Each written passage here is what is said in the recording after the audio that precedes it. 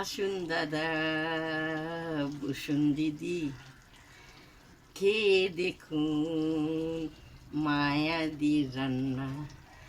খেলে পরে ঘুরে ফিরে আসতে হবে মায়াদির বাড়ি। আসুন আসুন, খেয়ে দেখুন। তো তোমাদেরকে এটা চুনো মাছ বেগুন দিয়ে আলু দিয়ে আমি রান্না করেছি, দেখতে পেয়েছো? খুব সুন্দর ঝাল ঝাল করবো, টান্না টান্না, খেতে খুব সুন্দর লাগবে। তো এটা চুনো মাছের ঝাল। আর এ হলো ডাল, টক ডাল। তো এ হলো উচ্ছে আলু ভাজা, গরমকালে খুব উপকারী জিনিস। তো আমি 3 রকমের রান্না করেছি।